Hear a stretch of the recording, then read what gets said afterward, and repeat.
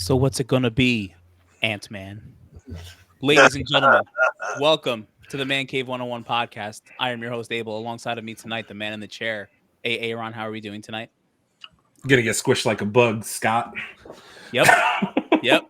Live from the Man Cave. They call him Kalo K, the Mama Wanna God. Leo, how are we doing? I want to axe kick somebody in the fucking face. Right. That's great. Where Brooklyn at? Big Chase, what it do, baby? He who remains, baby. He who remains. Right. Right. And if you're wondering why my voice is not very raised and high pitched as usual, it's because we have a new Ant-Man and Quantumania trailer. And boy, oh boy, it's a doozy. And Kang about to wreak havoc on the whole MCU.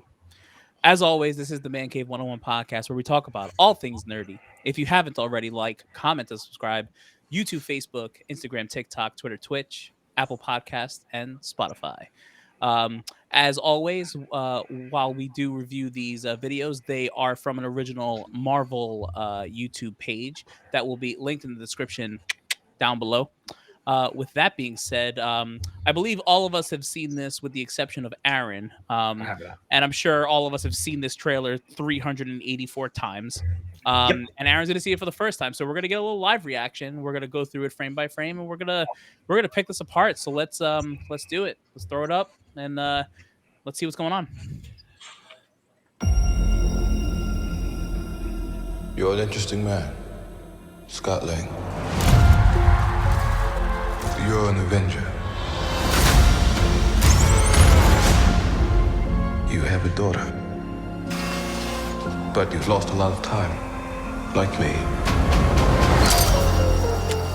We can help each other with that.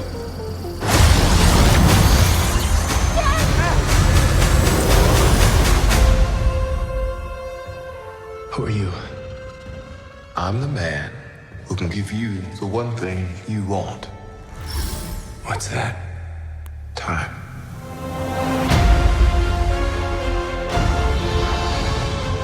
I can rewrite existence and shatter timelines. You cannot trust him. I don't care who this guy is. I just lost so much. He can give us a second chance.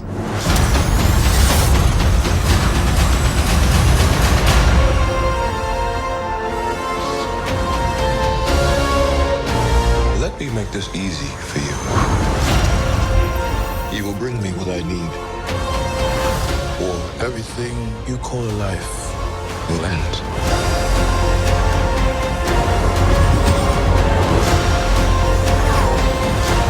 This is all my fault. You may not want her to watch this. We had a deal.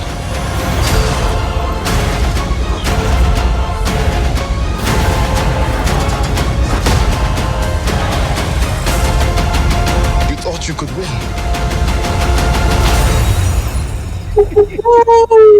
I don't have to win. We both just have to lose. I'm sorry, Cassie.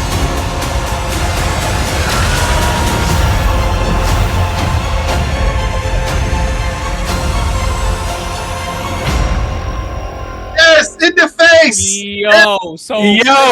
Did he crush his face with his boot?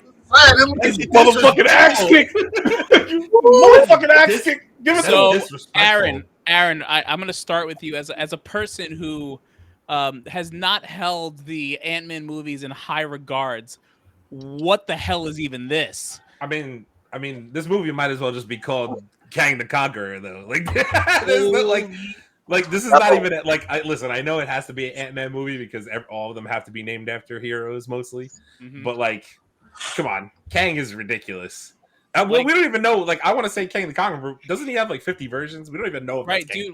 Honestly, we don't even know if we're bumping into more than one version of him in this movie. Exactly. Think about the fact that Marvel has shown us all of this. What else is in this movie? What else? Did we get the runtime on this movie? 2 hours and 15 minutes. 2 hours? Over 2 hours. Okay, good. Yeah. 2:15 supposedly with the extra credit scene. Okay. It's a lot, man.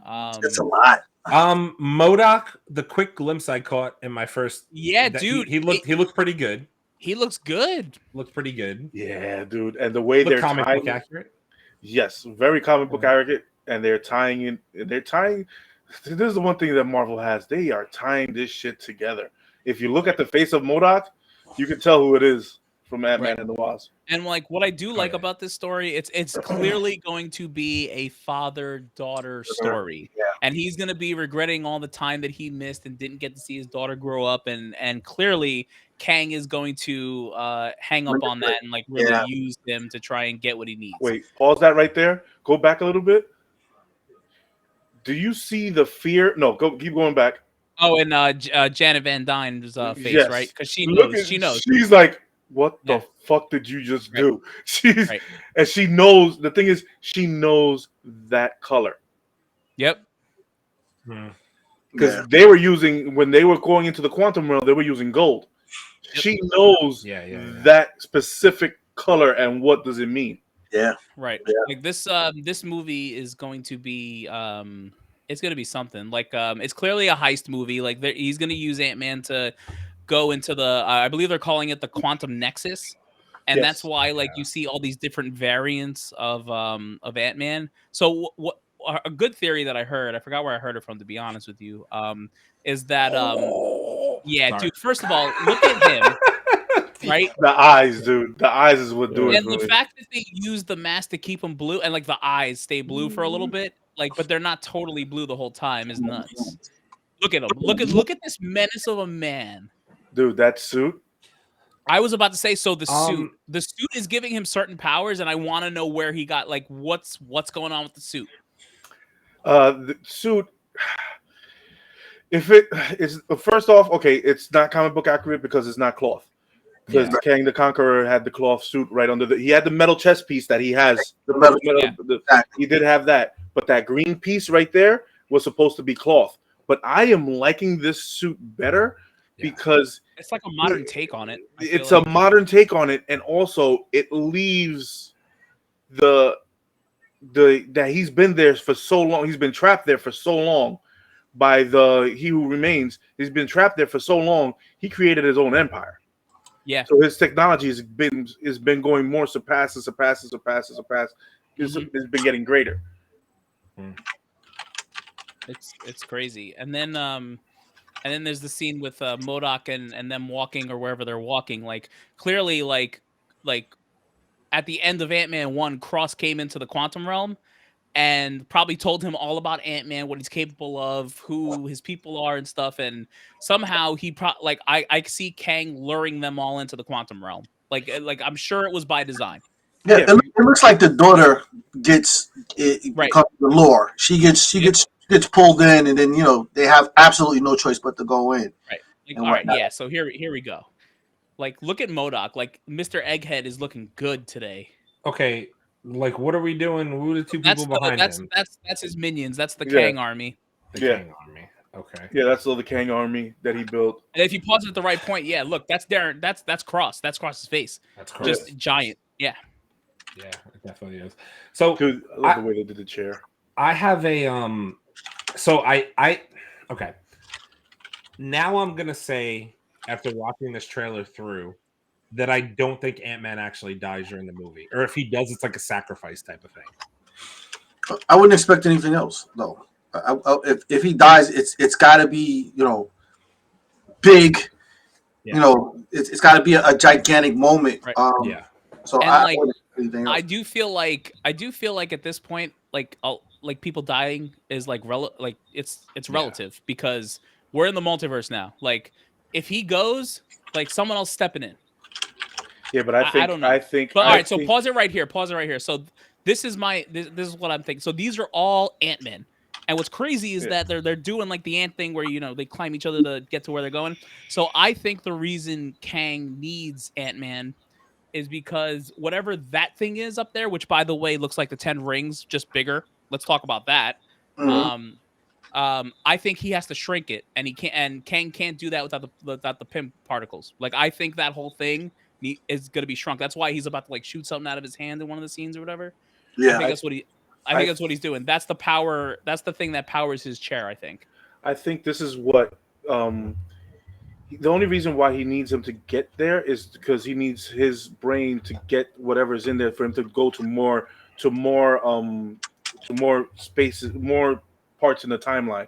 Because he's already broken in one of the scenes, you see 3 different color holes in his territory where his kingdom is at, and his kingdom is sitting in the middle. So he already conquered those 3, and he wants to keep going. And I think that's when the one above all stopped him after he fucked up those three timelines, and he stopped him and trapped him in here, and he trapped whatever he needs to get out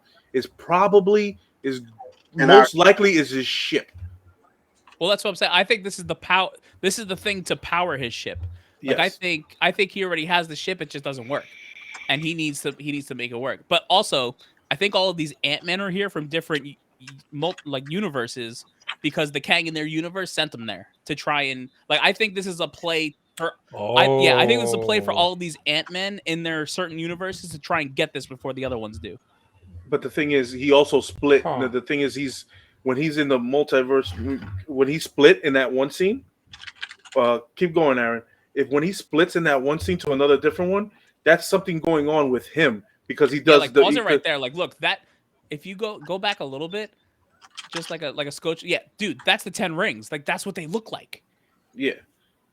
Dude, that's what the 10 rings look like. I'm thinking the bangles are involved. I think Kang needs all these MacGuffins to truly hit next level Kang.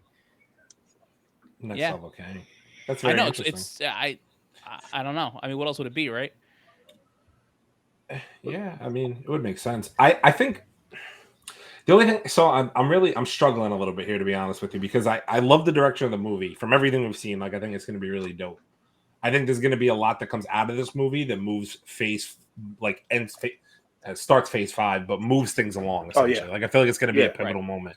But just going back in my mind, right? So I was like, yo, nobody really all right.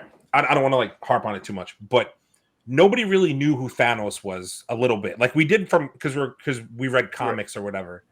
But aside from that, nothing really made you dislike Thanos yet up until the part where we saw him and he snapped Loki's neck, right?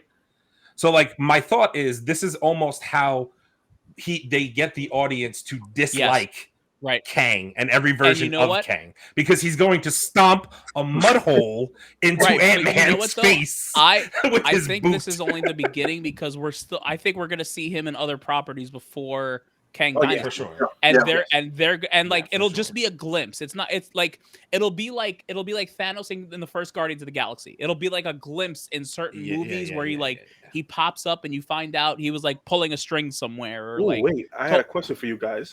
Yeah. Do you think Loki, the new series, is going to be a filler series and we're not going to see Kang? I think if we see Kang, it'll be at the very, very end. And I don't think post-credit thing. I don't even think he'll be involved in the show.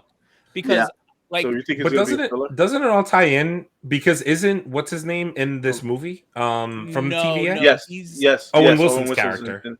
No, Owen Wilson's character. He's in Deadpool. I don't think he's in this. Oh, no, maybe he's in Deadpool. He's not in this. Was the lead? I know he's not in this. Was it Deadpool?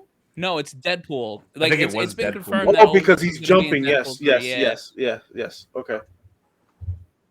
That would make sense. But depending on where Deadpool lies on the timeline, that's what's the weird part, dude. Kang has a lot of soldiers, and the ships. Yeah, dude, it's a lot. Well, I mean, you got to think he's been building that army for how long? Forever, dude. Forever. But so the question is, by the end of this movie, does he leave with the army, or does he just leave? That's the question. Does the army stay there? Oh, dude, once he gets if he gets his ship, it's fucking a wrap, bro. It's lights out. I think he's not going to get the ship fully operational, but he's going to get it. He's going to get it operational enough to leave the quantum realm and maybe go to another universe. I think Kang Dynasty. I think that will be the point where he had already taken over every universe, and then he comes to 616 and leaves him for last. Well, if you kind of go back to what were you watching, where the other Kangs come to him because 616 is the only Earth that is not conquered. So I kind of see that where we're doing our job, you're not doing yours, and now that you're out, like we need to get to business. And there's this like whole rumor that like Kang's gonna use all these villains to like come back. Like there's been rumors that like Ultron's gonna come back. Like maybe Moodok does a thing. Like but honestly, like I honestly think like Kang Dynasty should just be the Council of Kangs coming for 616.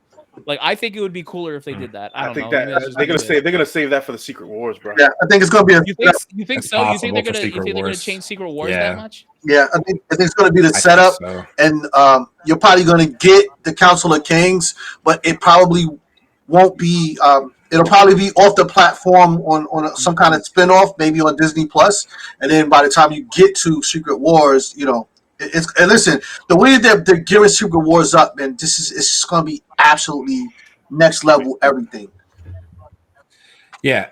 Why is Scott getting the Reed Richards treatment here, being turned into spaghetti? You know what I mean? Like, where's Wanda at pulling spaghetti strings in the background of this bullshit? Dude, what's going on here? How powerful Kang is. No. Well, dude, I don't like. Is this Kang or is this just the quantum realm? Look at that menacing motherfucker. Dude, it could be Moodok.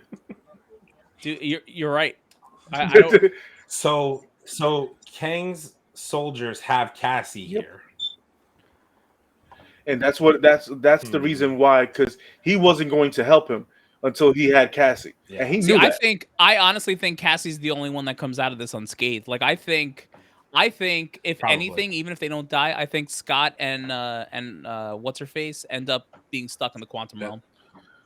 They're like in the quantum realm. I can see that. If they don't die, like I feel like Cassie will get out, and they're gonna sacrifice themselves and stay in the quantum realm. See, this scene right here, I just wanted to harp on this. This scene on right here is him going soft on Ant-Man. Yeah, because that was kind of my point. So right to Abel's point though, like we've had such a passing of the torch over this past this whole past thing of Marvel, right? So I feel like at this point Ant-Man's gotten 3 movies. It's time to move on to Cassie at this point. You know what I'm saying? So I feel like they're gonna do something like that. But this was my point with the movie to begin with. Once I heard Kang was the main antagonist, I was like, well, what chance does Ant-Man stand? Because Kang is ridiculous. This is like you said. This is him going soft. This isn't Ultra Instinct Kang. If I can give you like a reference, like this isn't Kang in his final form. This is Kang at his most basic, without any of his power. I feel like I feel this is a strong Kang though. You got it. Well, no, but you know what though? It's a strong Kang, but it's still not Kang where Kang should be. I don't think it is. Right. Even I'm not saying Kang's not strong, and also I feel like. So Moodok is definitely coming out of this alive because there's no way they're not going to keep using him. Like they're going to do AIM stuff with him, 100%. I would assume. I think he gets out unscathed, but I also think he's going to 180 on Kang. I do think that. Yeah, but that's his character. You have to expect that. Yeah. You know what I mean? But I think he looks great. Like honestly, I was really this looks good. I was really concerned about like that look, but seeing him like out of that mask. Awesome job. Like that's how you do it. Yeah. Wait. Here's another way. Go back a little bit. Why is Kang missing a sleeve? And this is what I was saying about the suit before. Is Kang deriving a lot of his powers out of that suit? Yeah, he is, right? His suit is damaged. Wait. But the first Kang that we see, he didn't have a powerful suit. So this is what they're tying it into. Right, but he also didn't start shooting beams at people. This Kang is clearly shooting beams at people, doing all this power shit. Is some of the power it's deriving from the suit, right? Yeah, because you can see that's cloth right there. That's not the suit. Right. So that's a regular. That's a regular Kang. Now that his suit is jacked up, like are they hand to hand combating because his suit's messed up? But the one thing that I could say that if Ant-Man is smart enough, but because he has 3 geniuses with him and his daughter, he could fuck up his suit like he did Tony. Well, they probably realize the suit is where he's deriving some of his power from. Yeah, and he probably went into it and fucked it up. But look at this man punching Ant-Man in the face. In the face. I'm sorry if this was comic book accurate that he wouldn't have a face. Yeah, I know. Look, he's laughing. But you have to remember, Leo. Maybe in this movie, he's pulling his punches because not only that, but maybe he needs Ant-Man still. That's true. At this point, that's true. He might still need him alive to do the things he has planned to do to get his full, he is the master of time. Like he knows like what, like dude. Yeah, that boot stomp right there is just that. Like, come on, man. Like that's just unnecessary. Motherfucking kick. That was purely necessary. Show him who you fucking with. And how the hell did you get back up? That's some bullshit. He took the helmet off and moved. Taekwondo move. Yeah. He definitely does. Listen, if he'd got his head stomped on that one, that would have been over. It's the end of the movie. It's freaking wild, man. I mean, this movie is gonna be nuts to kick off Phase 5. Oh, Come on, the platform, dude. This scene. Look at him. Look at him. Yeah, Jonathan Majors. Oh my god. Jonathan Majors is about to be a whole issue for the MCU. Like a whole ass problem. and the thing is, like you said, this is his basic form. Can you imagine when they start climbing it? Do you imagine who he becomes in Secret War? And you know what? My man is angry. Like he is. He's been stuck there since he's been stuck there since the begining of time. Yeah, so he's big mad. Beginning of time in the 616. I'm sorry, I gotta get that. Dude, they killed it with the look, man. The look is just. They did not spare. They did not spare any fucking money on the CGI on this trailer. Nope, spared no expense, man. That is not a game. I think Kevin Feige. Go ahead.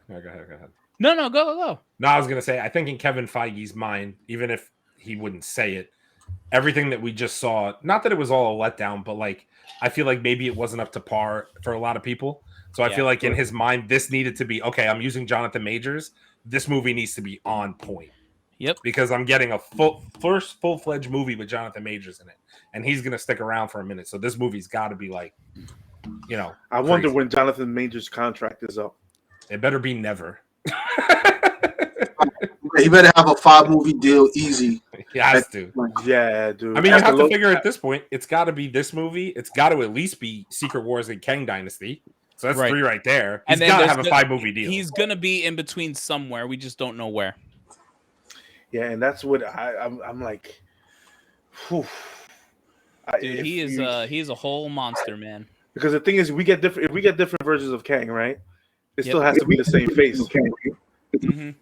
I mean, one would assume. But I would think when they do the Council of Kangs, that's when they can start changing actors up, because like even if you go back to some of the cartoons and like they look different. Yeah, a little bit, but not drastically. Yeah.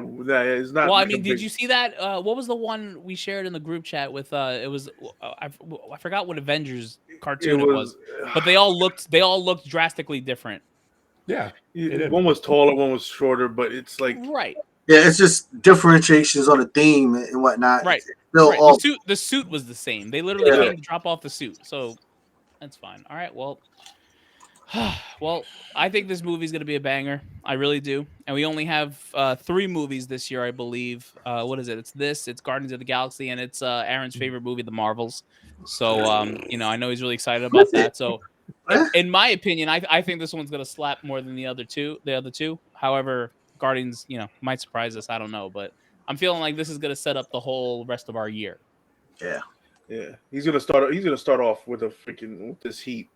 And the problem is everything is going to be judged after this. And the same way that he ended last year with Wakanda Forever. He ended it with fucking heat, and now he's going to start it with heat. Yeah. Now the other 2 movies have to be fucking banger. And James Gunn fucked up the Guardians of the Galaxy. His last movie for Marvel, I highly doubt it. I don't know, man. I mean, that's kind of his baby. Exactly. That's what I'm saying. Why would he fuck that up? He fired Superman, put nothing past him. Right. Yeah, I mean, touche. That was for the WB, not fucking Marvel and Kevin Feige. All right. Anyway, that's a whole nother thing. This is an Ant-Man trailer video. But with that being said, ladies and gentlemen, what did you guys think of the Ant-Man trailer? Do you think Jonathan Majors is about to wreak havoc? Tell us what you think in the comments below. If you haven't already, comment, and subscribe. YouTube, Facebook, Instagram, TikTok, Twitter, Twitch, Apple Podcasts, and Spotify. From all of us here at Mancave101 Podcast, Chase, Leo, Aaron. We'll talk to you in the next one. Take care. Give me my outro. Peace. Hey.